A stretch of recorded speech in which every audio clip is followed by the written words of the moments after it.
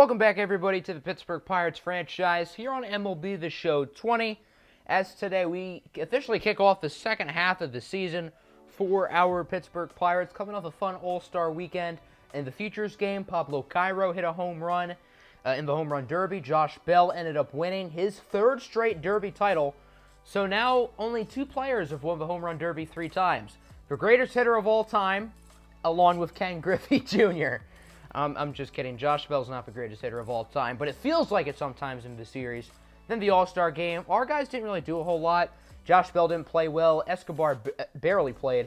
And then Ken Giles and Dylan Carlson did not play. So, uneventful All-Star game for our Pirates, but Futures game and Home Run Derby was fun.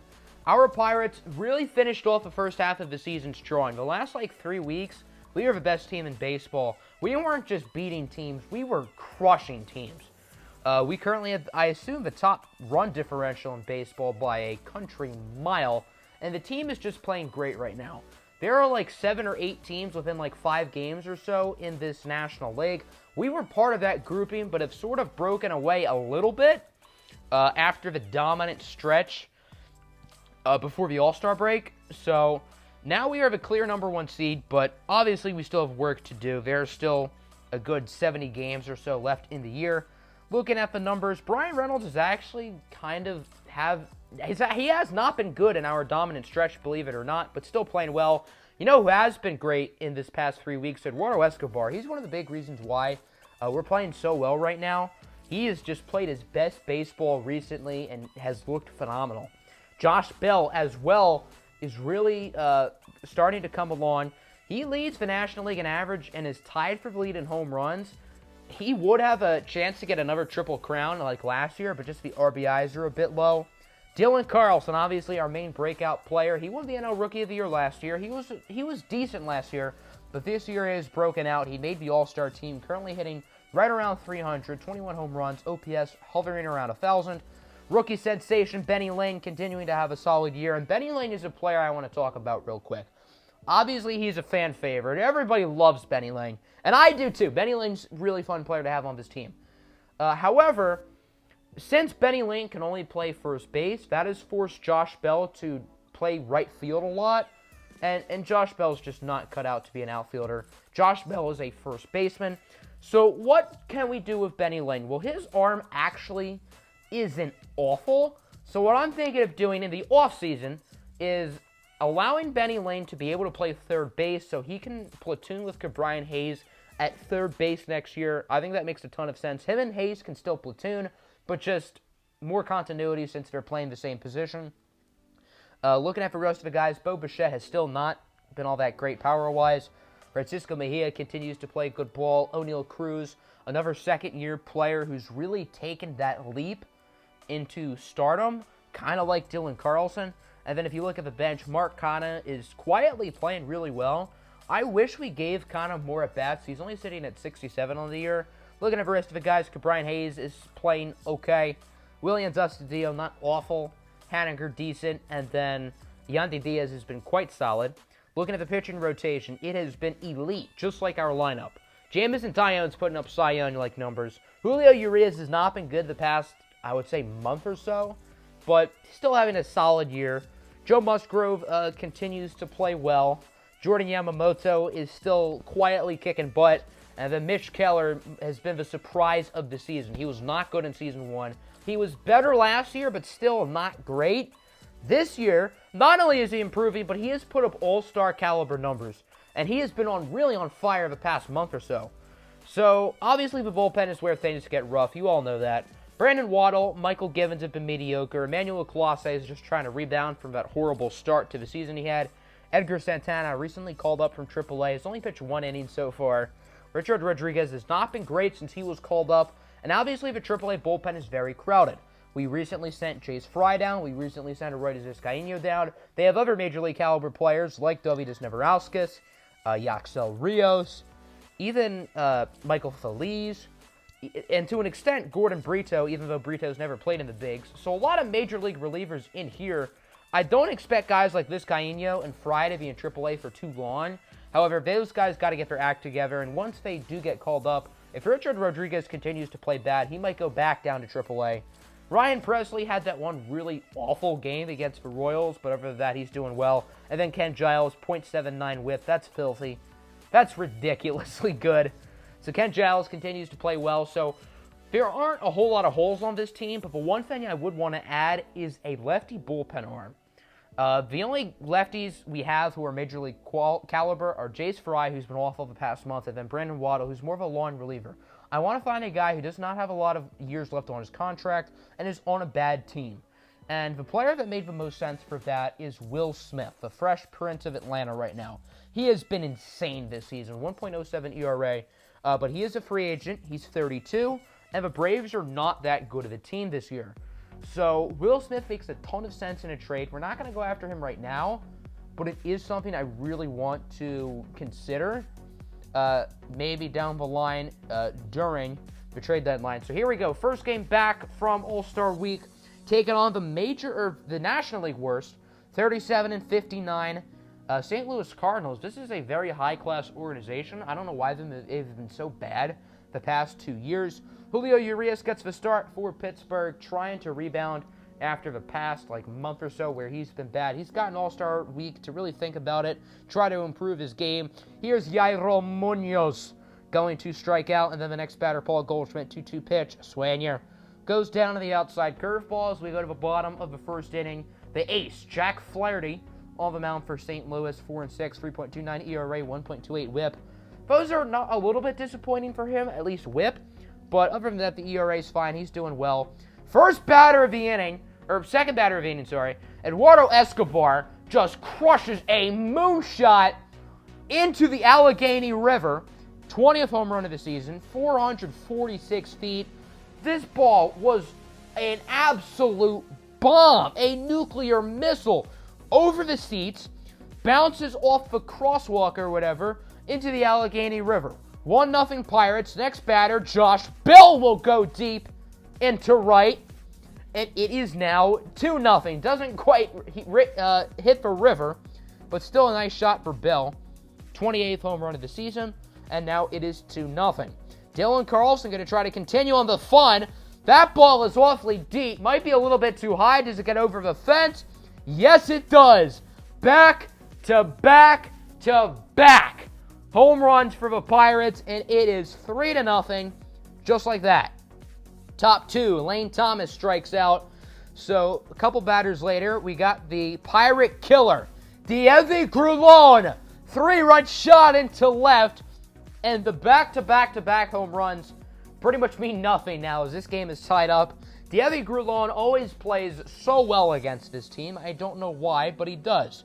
So let's go to the bottom of the second. O'Neal Cruz on after a walk for Julio Urias, who will be safe after an incredible bunt.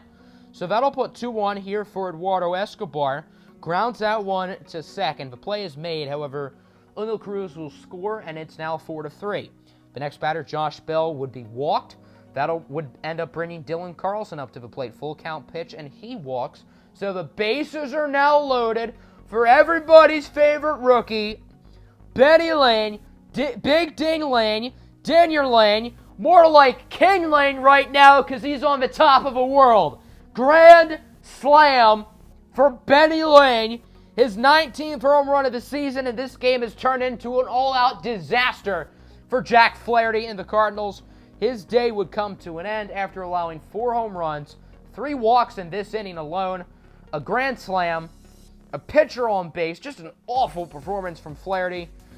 Tommy Parsons would enter, and as bad as Flaherty pitched, Julio Urias is not looking too much better right now. Base is juiced for the Lane train, Lane Thomas. Fly out to left, Dylan Carlson makes the play, however, a runner will come home to score, and the St. Louis Cardinals will make it 8-4. That's Colton Wong sliding home as we go to the bottom of the third. You know what I like about the circus? Acrobats. And Jason Dominguez with one hell of an acrobatic catch, almost like the throw home to the plate, too. Francisco Mejia does score on the sac fly from Reynolds as it's 9-4. Top 4. Pirates trying to turn the double play. They don't get anybody out. And the Cardinals are trying to make a comeback. That's Tommy Parsons reaching base, so both teams have now allowed a pitcher to score. 2 gone now for Yairo Munoz, who will ground out to Julio Urias to end the inning. Pirates get out of a jam as we go to the bottom of the fourth. Here's Benny Lane coming off that grand slam earlier. Not a salami this time, but he does hit a single into center. Run will come home to score. Benny Lane is now driven in 5 runs today, and the Pirates will make it 10-4. That will bring up Bo Bichette, who's obviously not have a phenomenal season, but he crushes that deep into left field, and it is now 12-4. The Pirate batters have not caught a sweat since the All-Star break. This lineup is continuing to dominate. Genesis Cabrera would enter the game for St. Louis as we go to the 5th. Lane Thomas up. Benny Lane deflects the ball of his body, makes a really nice play to get the out. That would actually end Julio Urias' day. 5 solid innings, not good, but I guess not horrible. Eduardo Escobar up now. Pirates up by 8. Kind of want to be up by a little bit more than that. Deep fly ball into left field. Does not quite have the distance. Good inning for Genesis Cabrera as we go to the 6th. Brandon Waddle would enter for Pittsburgh. Since the Pirates are up by 8, they figured why not just keep the same pitcher in the rest of the game. So that's what they're going to try to do with Waddle. Here's my Long Locks brother and Harrison Bader going to get a base hit. Benny Lane unable to make the play. So now here's the pinch hitter, Justin Turner, with a single into left. The speedy Jason Dominguez will score. Nice throw from Dylan Carlson. And if Dominguez had average speed, that would have easily been an out. Bottom 6 now, Ryan Helsley will enter the game for St. Louis. His first batter, Josh Bell, going fishing. Didn't get anything with that bait. Next up, we got Paul DeYoung up at the plate. He's going to strike out. And we've got ourselves a little pitching war between these bullpens, Helsley and Waddle. We got Mejia now up at the plate. He's going to go down on the high fastball. Top 8 now, the Lane train, Lane Thomas. More like the lame train. Choo-choo, go back to the bench. And then there's the Pirate killer, Davey Grulon. He will strike out there, so now bottom 8. 5-12 is still the score. Carlson with a single into right. There's Jason Dominguez, part-time ball player, full-time sniper. This kid got himself an absolute cannon. Escobar's out at the plate as we go to the 9th. The final hope for the Cardinals is Yairo Munoz. That's a very fun name to say, Yairo Munoz. It comes off the tongue well. O'Neal Cruz will make the play, and the Pirates will win it by a final score of 5-12. Very good win for Pittsburgh. All 12 of their runs came in the first 4 innings. The starters did not play well. Julio Urias was below average. Jack Flaherty was awful. But then the last few innings, Brandon Waddle and Ryan Helsley really pitched well down the stretch. Nobody scored after the top of the 6th. Looking at the Pirates, pretty much everybody played well. Brian Reynolds did not record a hit, but he did get an RBI. And then O'Neal Cruz also did not record a hit, but he walked twice. Home runs for Bichette, Bell, Escobar, Carlson, and of course the grand slam from Benny Lane. Julio Urias gets the win, even though he didn't pitch all that well. And then Brandon Waddle finished it off. So we've got a pretty big trade, and this is a huge deal for our division. The Cubs will be trading Shane Baz, a potential pitching prospect, who was originally drafted by the Pirates, then traded to the Rays in that awful Chris Archer trade. Then to the Cubs, now to the Marlins, along with Christopher Morrill, a third base prospect, for German Marquez. Marquez is a legit ace. He dominates in MLB The Show Sim. So this is a massive pickup for the Cubs as they try to stay afloat in the division. As you can see, we're starting to come back to earth a little bit. We did sweep the Cardinals, then had a 2-game set against the Royals, swept them. Now a 4-game set at Miller Park against the Brewers, and in the first 3 games, we would only take 1. Kind of disappointing there, but now we have the 4th game of the series. This is a really big game. If the Brewers win it, they'll have momentum in this division battle. If the Pirates win it, they can keep things afloat and still have a majority of the momentum and upswing. Pittsburgh is trotting out all of their everyday players, but they are changing up the lineup card. O'Neal Cruz hitting leadoff, Benny Lane at cleanup, just to name a few of the changes. On the mound for Milwaukee would be Brandon Woodruff, one of the more underrated pitchers in the majors. Currently, he is 5-5, 3.54 ERA, 1.14 WHIP. He is really solid. So here's Josh Bell hitting that one backwards. Narvaez will make the catch. Good 1-2 inning for Brandon Waddle and the Pittsburgh Pirates as we now go to the bottom of the inning. Mitch Keller on the mound for the Pirates. He's obviously been red hot the past month and a half. Going to try to keep that going here against the Milwaukee Brewers. Here is Corey Ray. Just like Deivi Grulon, this is another guy who just dominates against the Pittsburgh Pirates. I mean, he's a legit Pirate killer. He gets a single. Christian Yelich now will draw a walk, and the Brewers have a pair of runners on for Miguel Sano, who will strike out. So now 2 gone, 2 on for Omar Narvaez, another Pirate killer. This guy always plays well against us. He hits a single into right center. Ray will score, and it is now 1-0. Inning will come to an end as Teoscar Hernandez will strike out. Let's go to the top of the second. Runner on for Eduardo Escobar. He's just a window shopper. Say it with me, kids, because he's just looking. Bo Bichette now up at the plate, 2 on, 2 outs. This is an opportunity for him to do something with runners in scoring position. Well, actually, 1 runner in scoring position. Doesn't matter. He strikes out. End of the inning.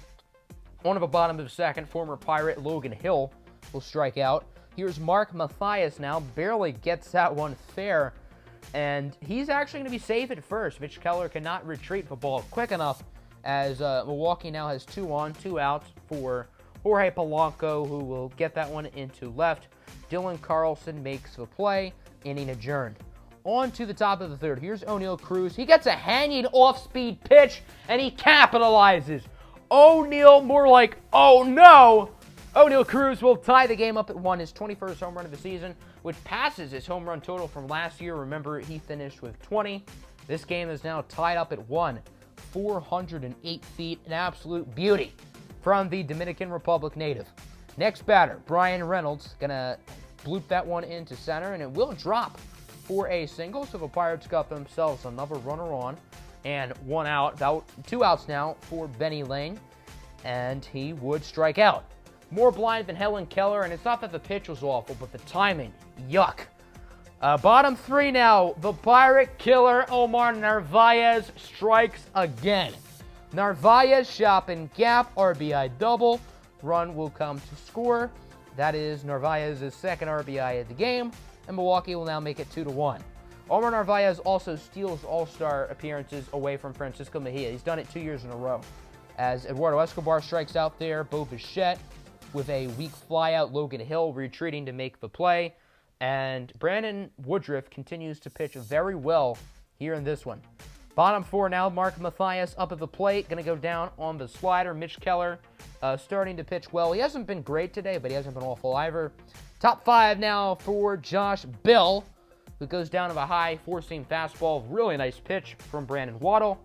Bottom of the 5th inning now, Jorge Polanco going to lead things off. Sends a rocket towards Eduardo Escobar, who makes the catch. There is Miguel Sano. He will strike out. Nice pitch from Keller. Surprise pitching change for Milwaukee. Brent Suter into the game. Woodruff was looking just fine. I guess they wanted the lefty-on-lefty for Benny Lane. And it worked, as Benny Lane will strike out. Let's go to the bottom of the 6th now. Here is Teoscar Hernandez. He will strike out. So that'll bring up Mark Mathias up with 1 out. That one will go into right. Really bad reaction by Josh Bell because he is not an outfielder. Logan Hill will score from first, and the Milwaukee Brewers will make it 3-1. Pitching change for the Pirates, Edgar Santana with his 3rd appearance of the season. In 2 innings, he's not allowed to run yet, so he is playing well so far up to this point. The pinch hitter, Castanheira, would strike out, so that would bring up one of the Pirate killers, Corey Ray. A little fly out into left. Dylan Carlson makes a bad read on it, and Mathias will score. That's an RBI double for Corey Ray, and Milwaukee will take a 4-1 lead. Corbin Burns now in for Milwaukee as we advance to the 7th. Francisco Mejia, his first batter. He's just a window shopper because he is just looking. That fastball looks like a ball, by the way. Questionable call by the umpire.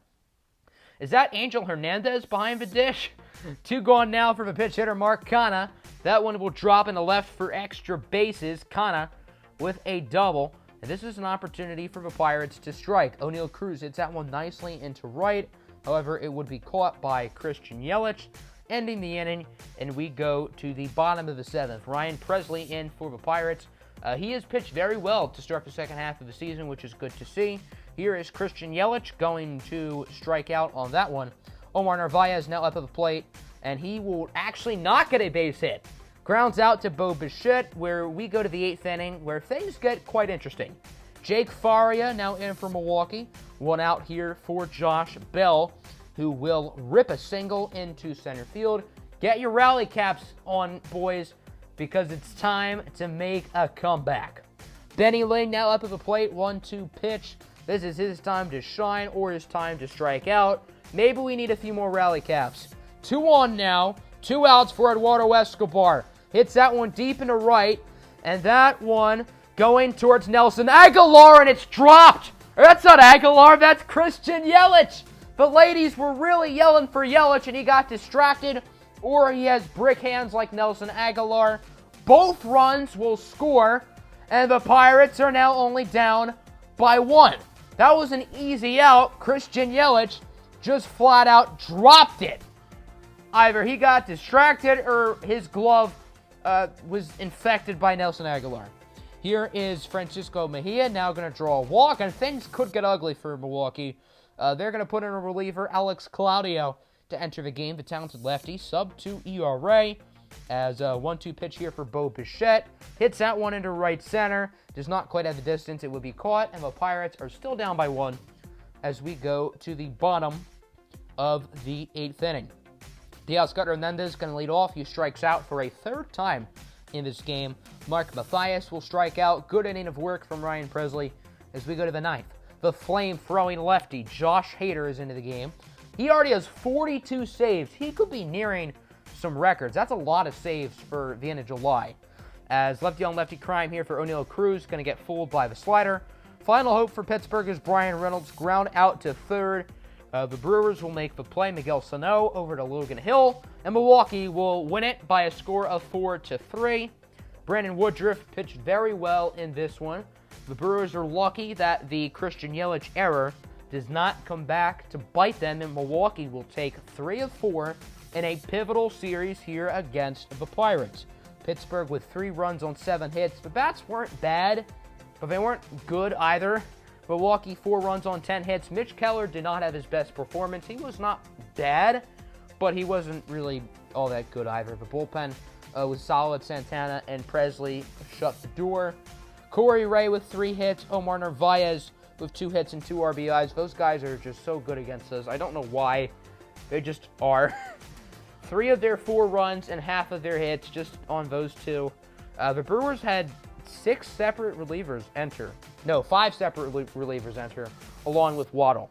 So we're going to have the episode here. Currently 65-40, preparing for a 3-game series at Dodger Stadium against the LA Dodgers. That should be fun.